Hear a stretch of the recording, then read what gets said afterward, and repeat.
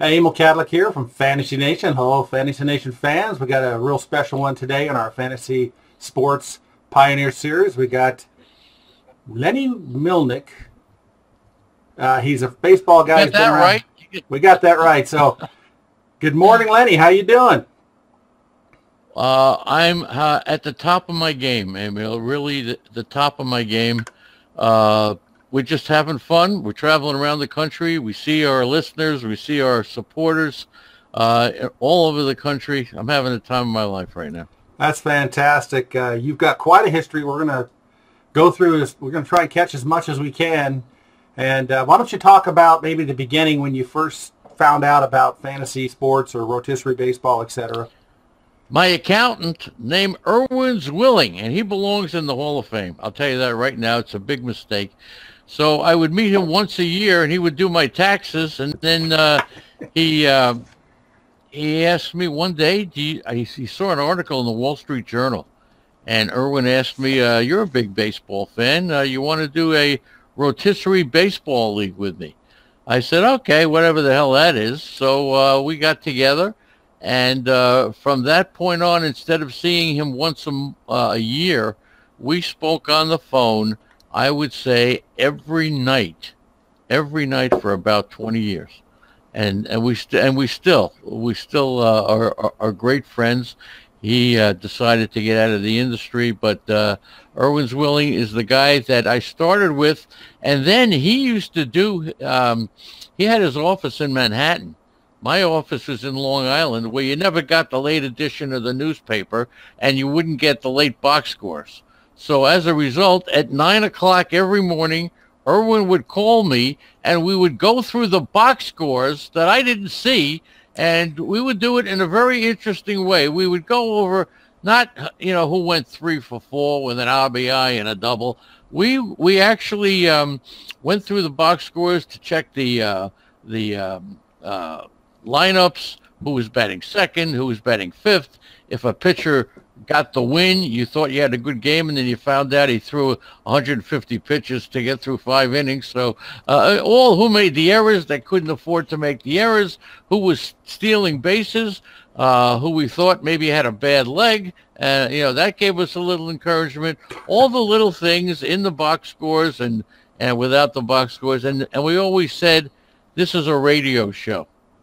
How about that? And then, Jody McDonald used to do a show on Long Island, not in Long Island, on WFAN in New York, where I would set my alarm clock for 12 midnight to listen to Jody Mack, and he would just do the box scores. And he would go, Tony Gwynn, 2 for 4, RBI, and a double. And he would just run down the late box scores, because in New York, if you didn't get the box scores that way or on some other way, you would not see him until Monday or Tuesday. They were never in the newspaper. What time frame was this? Was it late 80s? I listened to Jody Mack in the mid-80s, 1980s. Wow. And he inspired us to do the show. He did a segment right after his wrestling segment. He would do the rotisserie segment, and it sparked us. And here's the great thing, Emil. So I listened to Jody Mack in the mid-80s, 1980s. And 2 years ago, I did 2 shows on Sirius Radio with Jody Mack. Really? How about that? Yes. He's still kicking it. He's fantastic. And I'm like, I'm still starstruck when I speak to some of these guys who I grew up with in the industry. And look, I grew up in Queens, New York, where we had the Giants, the Dodgers, and the Yankees. And you made your friends based upon what team they rooted for. Right? Crazy. That's true. That's true. The only thing we cared about was our favorite baseball team. We cared about our Little League team, and we cared about our baseball cards. And that's it. Wow. We didn't care about nothing else. Wow. I graduated with a 78 average, and in my circle of friends, I was a genius. Okay, so focusing on sports. So somewhere you decided to do a radio show, a fantasy radio show. Tell me about that. After the conversations that Irwin and I had in the morning, I called up. Oh, this is crazy. Well, I'm ashamed to admit it, but I looked on the floor of my bedroom, and then there was a newspaper wide open. This is like something, it was unbelievable. And it said, do your own radio show. So I went down to the station. It was WGBB in New York. And, I said, all right, I'd like to do the radio show. It was $200 for the hour, and I had a 12-second audition, but I had the check with me. Okay, so we signed up for 16 weeks, put on opposite Jerry Seinfeld in his heyday on a radio station that I didn't know they powered down. You couldn't even hear it in the parking lot. All right, couldn't hear it in the parking lot. So, but we did it, and we did it to have fun. I did it for other reasons as well. I got it was a terrific business thing for me, because I invited the kids of my customers on the show to talk football. They were all the geniuses. They made their football picks. I had 1 week where we had a kid on. He was like 10 years old, and he picked 10 out of 10. All right, 10 out of 10. But it solidified my relationship with my customer, and it was terrific. But we had a ball, and we did that we signed up for we signed up for 16 weeks at $200 a week, and I'm in now my 26th year. Yeah, that's incredible. So and I was listening to your show. I haven't finished that initial one that you did in August of '93, and it was really fascinating listening to the questions and listening to people thanking you so much for having this show. And also a couple of people who were running fantasy leagues called up to try and get their digs in and say, give them your 800 number. One guy called and said, can I promote it? And he said, gave an 800 number. And of course it was pre-internet, but he didn't even give the name of the company. He just gave him his 800 number. That was kind of I'll fun. tell you what I did. My office was only 20 minutes from the studio, and we had an 800 number in my office. So what I did, in those days, you had to pay for long distance, and nobody was going to call from outside the area. But I promoted I went to my office, and I promoted the 800 number. I forwarded it to the station. So if you called my office 800 number, it would be forwarded to the radio station. And then after the show, I would go back to my office and I would reverse it. So, and I would do that all the time. Except one time I forgot to reverse it, and I was in the corrugated box business, and my customers would call in, when is the truck coming with my boxes? And the morning show host couldn't figure out what the hell was going on, because my phone calls to my office were going right to I forgot all about it, but that's the true story. This guy was getting calls. Lenny, come on, be serious for once in your life. And it was just a lot. That's how it started. I love it. Yeah, Now, that's how it started. it says in 1995 you were a consultant for a pay-per-view on ESPN Time Warner. Well, what happened is that people did listen to the show. And Ann Liguori, who was one of the pioneers of talk show hosts, one of the first females, may have been the first, she heard the show, and she loved it. And she called us up and asked us to come on WFAN in New York on the Friday overnights.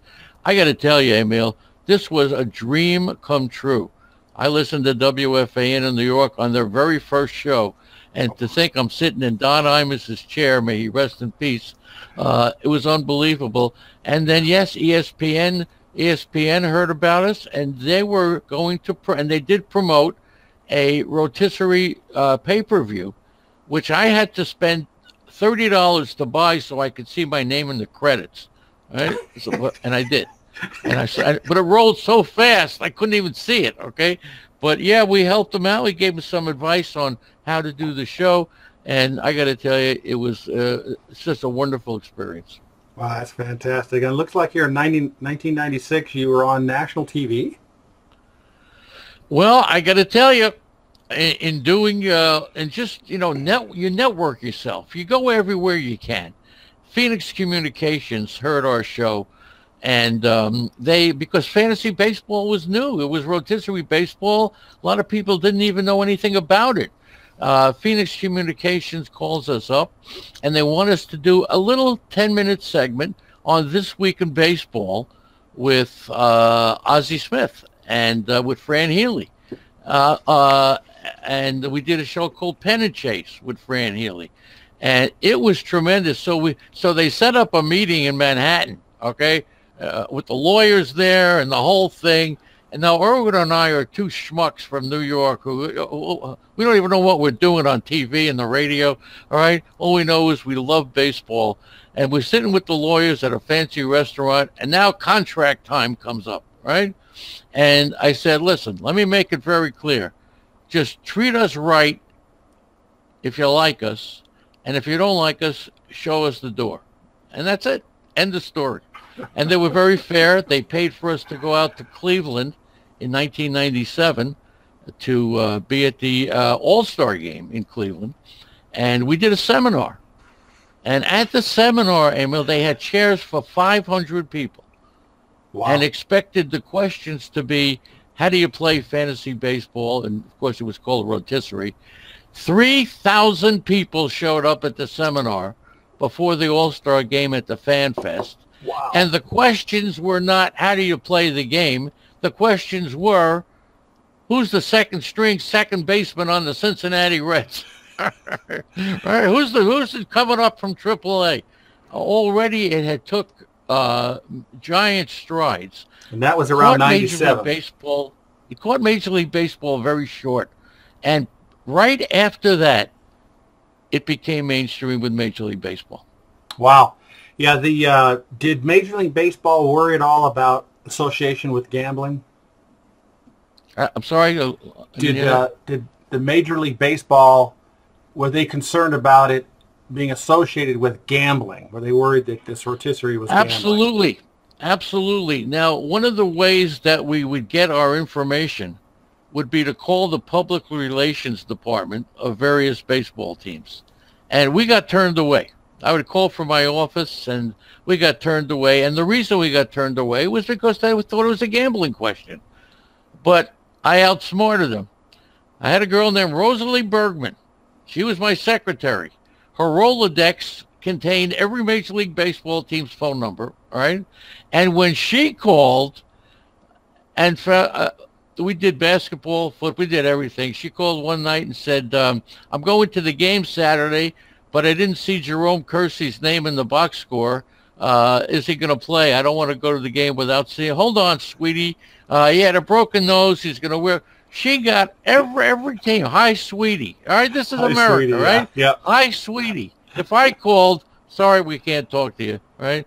And it was just so much fun without the internet to get information. Irwin and I would go to Manhattan to 34th Street, where they had a newspaper stand of out-of-town newspapers.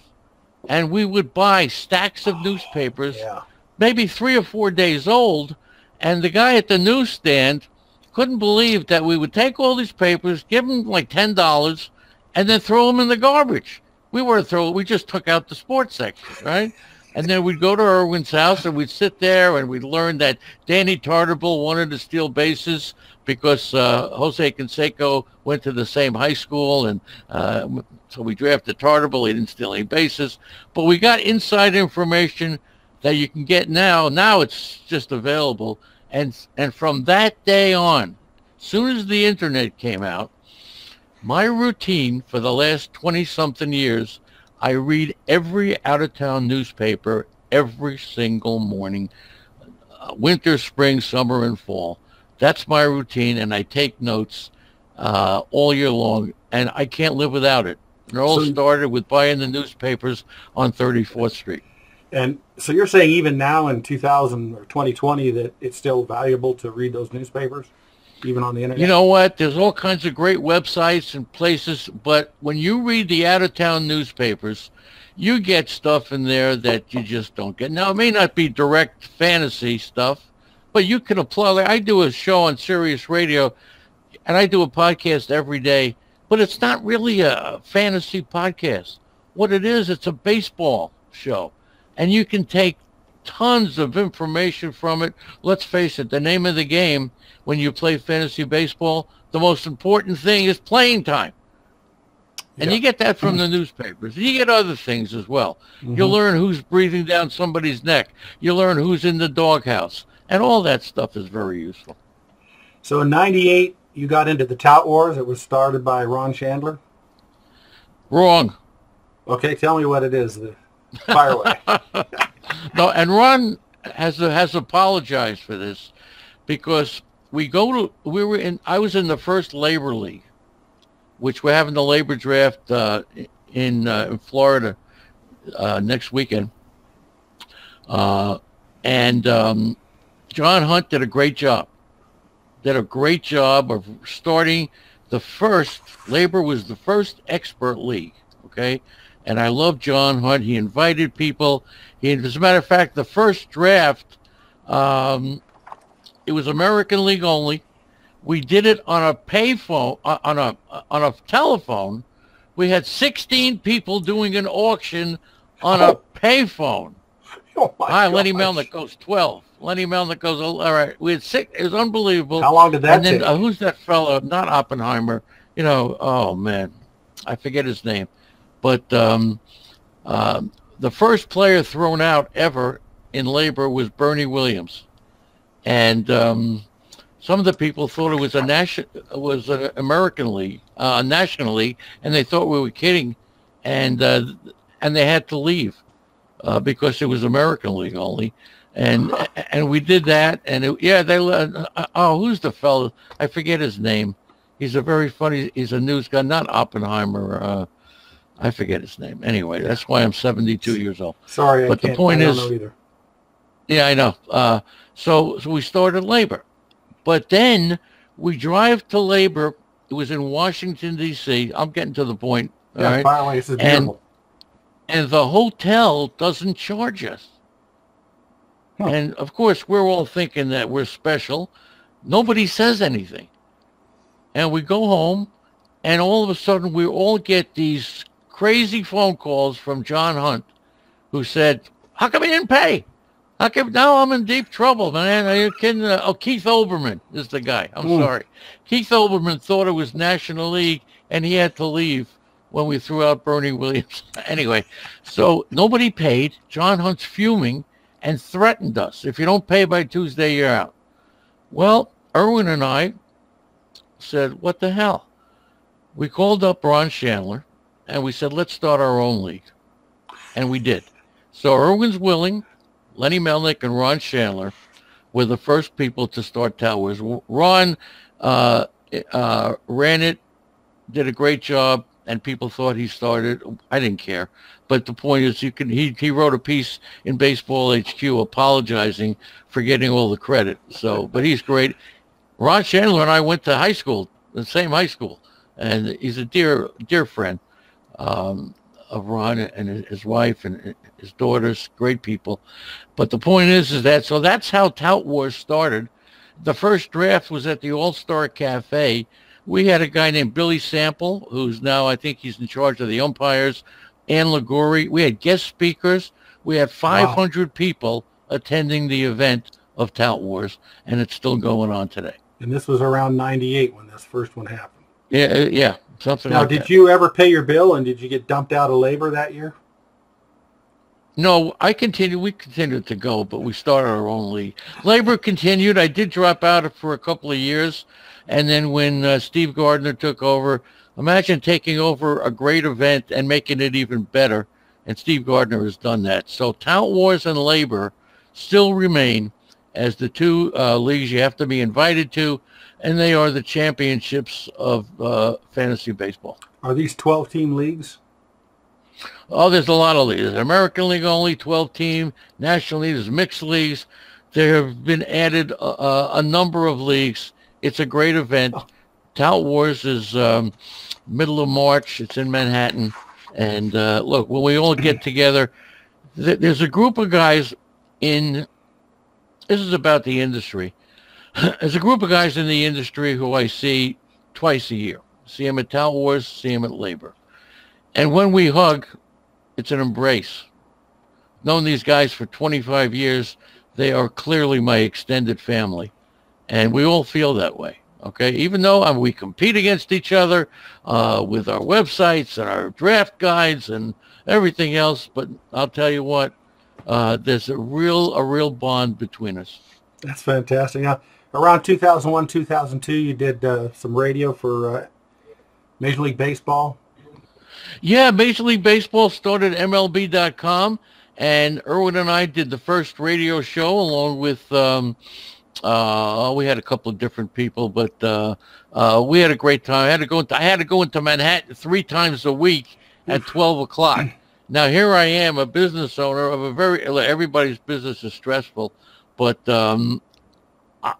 I came back from the meeting, and I told the people in my office that I couldn't do it. Originally, that show was supposed to be a weekend show or at night. So I was ready to go into Manhattan and do it. I found out it was 12 o'clock Monday, Wednesday, and Friday. I came back to my office, and I said I had to decline. Well, the next day, everybody went out to lunch, and they came back, and they said, if you decline and you don't let us do our job, we all will quit, and we'll get another job. And we mean it. And I was astounded. Yeah. But it was among the nicest things that ever happened to me. They knew if I said no to this opportunity that I would never forget it. Wow. And they were right. So you changed So your they mind. did their job. I used to get on the Long Island Railroad train at 5:30 in the morning, fearful of going into the office because I would never get out. And I used to have 2 cell phones, 2 cell phones. In case one of the batteries died, I had another one, right? So, but it was great. Look, that's what you do, right? And that's right. Yeah, that's how we started with MLB.com. So was that called Jonathan Mayo? Jonathan Mayo was our first. He was part of it as well. Wow. Now, was it called Fantasy 411 or something like that? Or? Yes, it was called Fantasy 411, and then it was taken over. After a couple of years, we. Things changed, and we just moved on. And then I moved on to Sirius Radio from there. Yeah, I also see something that says they're president of Fantasy Sports 411 or Fantasy Pros 411. Did they 791? Yeah, I started a website. How about that? I don't even know how to put the computer on. I'm the most illiterate person in the country regarding technology. But I was able to do a website. It was our first version, and I had a ball. I'll tell you what, I've had a website now for over 20 years, and I've never charged anybody. Wow. Because for me, it's fun, and I love the industry, and I love the people, and I'll tell you what, as a matter of fact, my routine of reading the out-of-town newspapers, I've been told by my doctor at age 72, nothing's unusual, anything, that it's a great way to keep your mind sharp. And with all the ailments, the dementia, all that stuff, everybody thinks I have it, but I don't. But I get up in the morning, and I will never stop it. I'll never stop doing it. As a matter of fact, I'm even thinking of making tapes, and putting them in the archives. So this way, when I pass away, I can still do my podcast in the morning. They'll still play it. Oh, I'll make it for the next 20 years. I already got my tombstone picked out. It says "back after this." So what was the name of that first website back in whatever it was, 2008? It was called Fantasy Pros 911. Son of a gun. That's cool. Yeah, we did a good job, except we didn't have anybody who knew how to do it technically. So we had a lot of people on there, but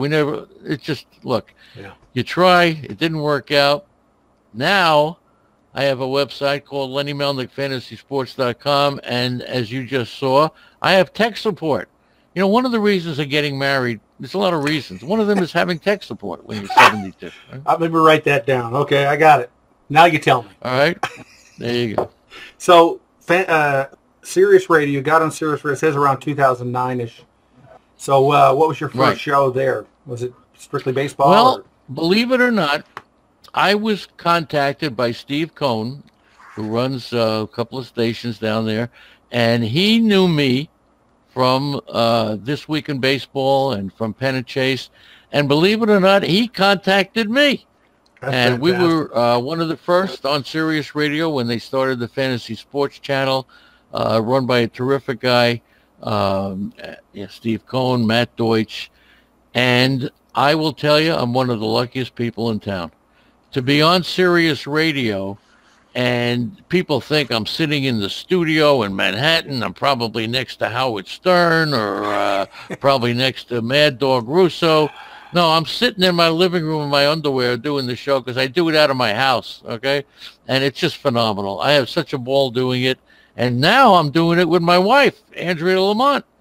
And that's pretty cool, right? To be sitting, on Sunday morning in your house, and we're doing Sirius Radio. I will tell you, I love it. I love it. That's fantastic. You worked for Roto Experts for a little while in 2014? Roto Experts and Lou Mayon, when they first started, I got a call, and yeah, I love to build stuff. I built a corrugated box business. We started doing it in a garage, and it lasted 43 years. And I was very proud of building that company. And I love to build things. And with the help of Lou Mayon, we went to Las Vegas. We started the Fantasy Sports Network. We had a TV station. We were on TV for a while. And Lou has taken it with Roto Grid. He's taken it to a dimension I couldn't even imagine. But, yeah, I started with Roto Experts. And once again, met so many wonderful people who I'm still friends with. And, I left Roto Experts, and I decided to do other things. Cool. So you got Lenny Melnick, FantasySports.com. Says you have 500 participants. Tell me a little more about your website. The website is really a radio network that we've established. And every morning at 9 o'clock, we get 40 to 50 people in our chat room. I love it. And it's amazing. You meet the same people every day in your chat room, and you don't see your relatives that often, right? And we get to talk. Half the time they're not listening to me. They're talking among themselves. As a matter of fact, 2 years ago, somebody said, Lenny, I won't be here next week. We're going to Atlanta. Somebody in the chat room says, hey, I live in Atlanta. Let's get together. And they did. And that's the chat room. It's the most wonderful thing that Andrea and I have done, creating this chat room where we go ahead. We just took a 3-month road trip, and we saw over 250 people who are in the chat room and who support us on Sirius Radio. And it's the third time we've done it. And I got to tell you, I give it to you. Imagine being in a car with me for 3 months. It's just incredible that she's still alive, right? But still, yeah, the chat room is just phenomenal. It's a true community. And now we have a network. We have a network of people that never did it before, but who really decided I'm going to, that they're going to take coaching. You see, here's the thing. A lot of people, a lot of the younger, well, I don't know. All right, whatever it is. A critique is a tough word. Let me critique you. I say, and the hardest thing for me to get is coaching. We all need coaching. I mean, Clayton Kershaw, best pitcher in the history of Major League, whatever he is. He had a pitching coach. Okay? Mike Trout, he's got a hitting coach. I want a coach. So I tell people who never did it before, let me coach you. And it's not that I'm the greatest or I've even done everything that I tell them. A lot of people have helped me over the years. And now we have a network of a number of tremendous people who do a great job every day. And the chat room is open all day long. I'll tell you something, Emil. It's one of the joys of my life. And it's not a money-making thing. We don't make money. Yeah. But what do? We have fun. Yeah, have fun. It sounds like that community is really a true community, which is really fantastic. Absolutely. As a matter of fact, when somebody's not there for 2 or 3 days, I track them down. Wow. I say, you're okay? Oh, thanks for calling, Lenny. I've had the flu, right? Oh, my God, that's great. And people, when they can't make it, they send me notes. I had a guy send me a note. I got to take my mother for a colonoscopy. I can't make it Tuesday, right? So that's fantastic. That's true. It's true. So in 2009, you were voted the Internet most popular personality. That's incredible. Tell me about that. Yeah, and it didn't even cost me that much to pay people to vote. I got away pretty cheap. But, yeah, John Williams did a poll on his, yeah, and you know something, I'm very proud of that. Say what you want. To be voted something positive is always a pleasure. So I was going to ask a question before. Is fantasy baseball, or whatever you want to call it, is it still more auction drafting, or have they changed more to serpentine drafting? Well, the auction draft has come much more into play because of some of the wonderful websites that now sponsor that. Only a couple of years ago, you couldn't find a website to sponsor it, you know, as far as the draft. But if you're playing any kind of fantasy sport, whether it be baseball or football, hockey, whatever it is, the beauty of the game is to do a live draft, whether it be auction or snake draft. We just had lunch the other day. We were invited by a league fellow who's in my chat room. He has a league, and they get together once a month for lunch. And he invited Adria and myself to the luncheon. I got to tell you, they're talking about, remember the time you sniped me? Remember the time you got the fab? And they're arguing over lunch. And that's what it's all about. I had a wonderful time. Jason Bass, thank you for inviting us. And it was fantastic. And they're all police officers. Oh, nobody's got a more stressful job than a New York City police officer. Yeah, that's pretty tough. When you can here's the beauty of fantasy sports. It's not how much you win on DraftKings and FanDuel. That's terrific. But the beauty of fantasy sports is to be able to take 10 minutes out on any given day where your biggest worry is your pitcher's elbow. If you could have 10 minutes of that, where you could step out of your real life with all the we all have it. We got some, you know, stuff. And for 10 minutes a day, your biggest problem is your fantasy team's injury list. Wow. How about that, right? That's pretty good. You can't, as the commercial says, you can't put a price on it. Yeah, you escape reality for a while. That's what it's all about, is getting away from your normal problems, having some fun, and getting mentally completely away for a short period of time. And that's what hobbies are all about. And that's why fantasy sports, in my opinion, has become so incredible over the last 50 years. Absolutely. I played a lot of fantasy football. Fantasy basketball is my favorite. I got to tell you something, until I got too crazy with it all. But it's a great escape, and I feel bad for those people who use it for other purposes, because I'm the luckiest guy in the whole industry. And the reason? It's not my business. If it was my business, it would be one of my things that I want to escape from, right? That's an interesting point. It's not my business. So back to, just in clarification, back in the late 80s and early 90s, when we were playing fantasy rotisserie or fantasy baseball, whatever you want to call it, was it primarily auction drafts? I always did auction drafts. Okay. I've done snake drafts as well, but the auction draft, I have Irwin and 20 years ago, we established a formula called the Control the Draft, and I do the podcast every year.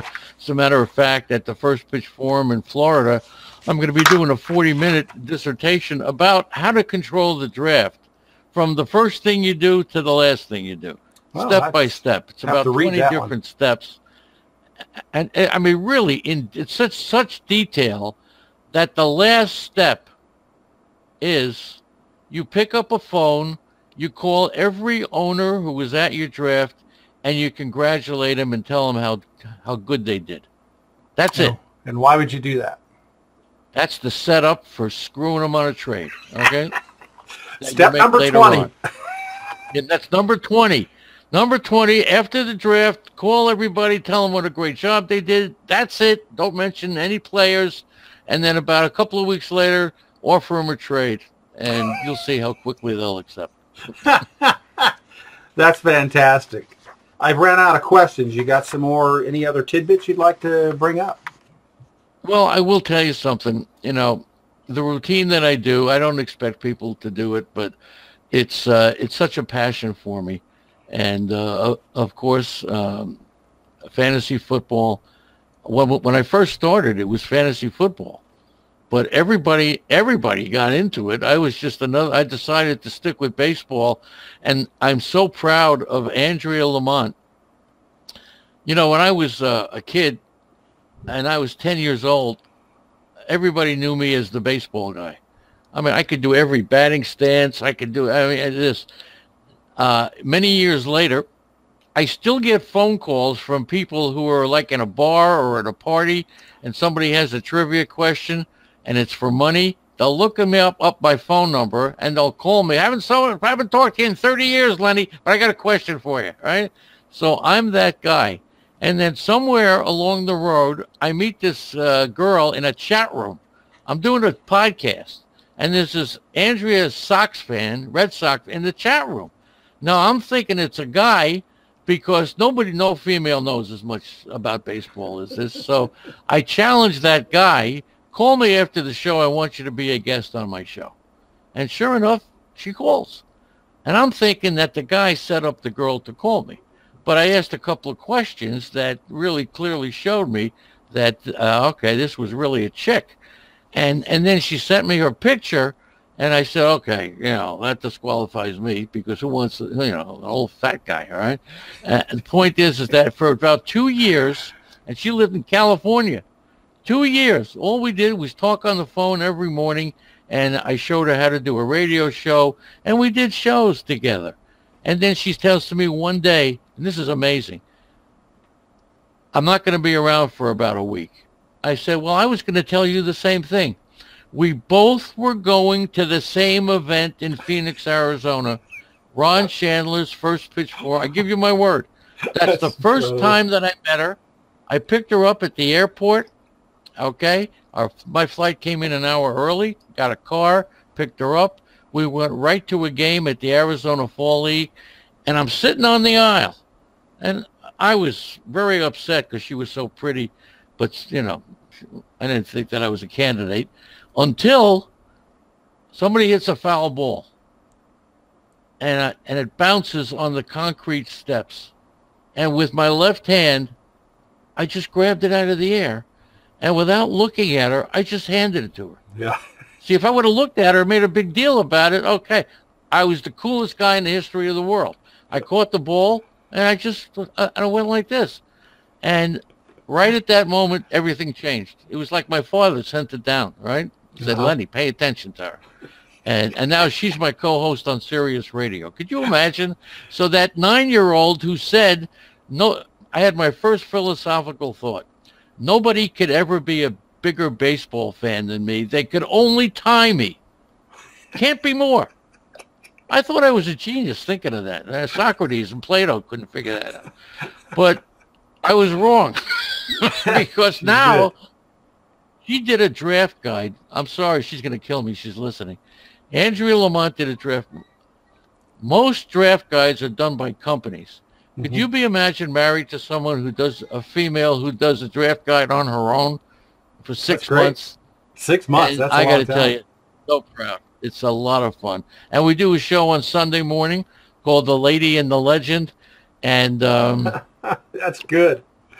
That is great. I don't want to even tell you what it's about because, let's put it this way. Last year, she dropped the mic twice and walked out. We're the only show in the history of radio in any format where the male and female co-hosts go over the line and actually go like this to each other, right, on the air. Luckily, it's only audio, yeah. Yeah, she gives me the finger. She walks off. She yells at me. I yell at her. And that's why people tune in, because they can relate to a real marriage. That's fantastic. All right, I got a question for you, since you're an expert. Trivia question. 1987, the Los Angeles Dodgers won the World Series, if I recall, that year. I think it was. I should have verified this. Anyway, that year, they played their minor league club, the Albuquerque Dukes, which is in my hometown, or was. They've changed. I'm having a hard time hearing you. Speak up. Okay, can you hear me now? Yeah, well, don't get closer. Just talk louder. Yes, sir. All right, so the Los Angeles Dodgers won the World Series in 1987. During that year, they played the Albuquerque Dukes, their minor league club, and lost 1-0. So people would always joke that the Albuquerque Dukes are really the World Series champions.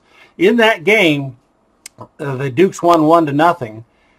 I think it was Dave Crow. I think his name was Dave Crow. Hit a sacrifice fly to left field. What Los Angeles Dodger caught that sacrifice fly? I have no idea. 1987? Yeah. 1987, Los Angeles Dodger, Wally Moon. No, that was Dusty Baker. Dusty Baker. Yeah, I knew that. You knew that. Yeah, I don't. Anyway, Dusty I love Baker's. that. I love that trivia question. I don't know why I remember it, but we remember certain things in life. Well, Dusty's in for a hard time this year. I'll tell you that right now. He's in for. Let me ask you something. How many Houston Astros are going to be voted to the All-Star team by the fans? 0. No matter what their stats are. If Altuve is hitting 400, are the fans going to vote him into the All-Star game?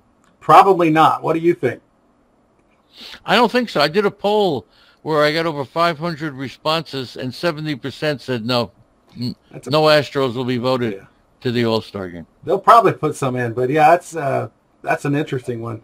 Well, you are truly fantasy sports pioneer, and it's been a real honor to have you recorded on our interviews and part of the system.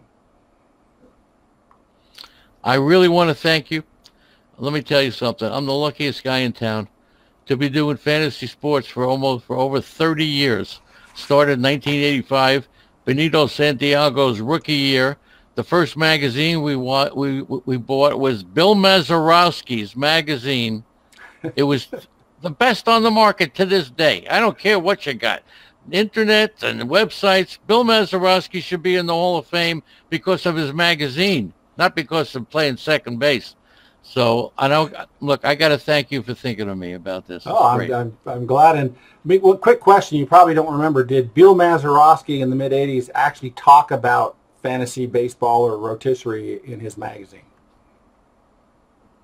Again, I had a hard time hearing. I said, did Bill Mazeroski talk about rotisserie baseball in his magazine in the mid '80s? Yeah, it was a fantasy magazine. It was a fantasy baseball magazine, and Mazeroski came out with it in the mid '80s. And it was very interesting because he talked about a player who was a very prominent personality with the Chicago White Sox in their he's one of the executives in the White Sox. He called him the next Ricky Henderson. Okay? Wow. And he had a great rookie year until they found out that there was somebody in center field giving him the signals. After that, the White Sox made him stop. After that, he never hit 200.